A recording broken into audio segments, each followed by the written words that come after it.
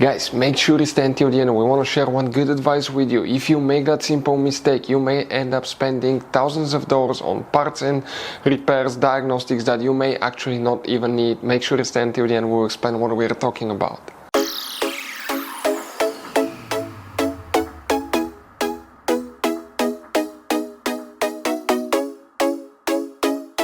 Hey guys, welcome back to Auto Mechanics. Today guys will be super helpful video to any of you having a Chrysler 300D generation guys that you see here from year 2014 to year 2024.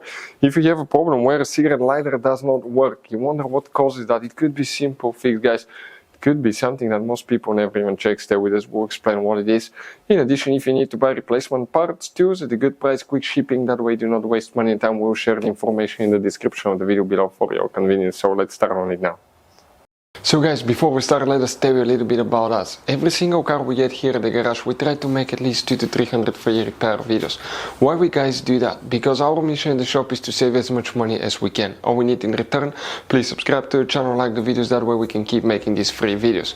We show you how to fix engines, transmission, bodywork, fuses, relays, all that stuff guys. And if you need to buy cheap parts and tools at a good price, quick shipping, we'll put a link in the description of the video below.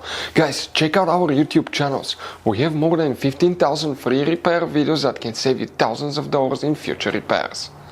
So guys, if cigarette lighter doesn't work, what can cause that? Multiple things, but first we need to check some fuses and relays that control it. You even have a relay that most people don't know about that. So where they're located now. We're going to work in a fuse box that's in the trunk. So open the trunk, then leave the carpet liner up on the back side. Underneath you have the spare tire.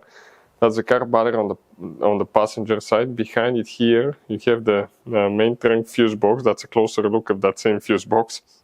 In order to open it, press the tabs together, leave the cover up, and you're going to find that fuse box layout here. Before we continue, let's explain quickly why it's always a good idea to test fuses and relays. Guys, it's very important to always test your fuses and relays. Why? Sometimes you may think you have a good fuse, guys. It's hard to tell. Look at those fuses, right? And sometimes, okay, you pull the fuse. Okay, I'm going to get the fuse pulled and I'm going to remove one fuse. I want to show you on that 20 amp fuse. Sometimes it's very unclear if that fuse is burned or not. You may not clearly see it. So always, guys, test them, because if you don't test the fuse, you assume it's good. You end up spending money, time and diagnostics for problems that do not exist, guys. So you can just waste your money and time. Always test your fuses, always test relays. We will put links in the description of the video below where you can find, guys, a video for testing a fuse and testing a relay that will explain everything that you need to do.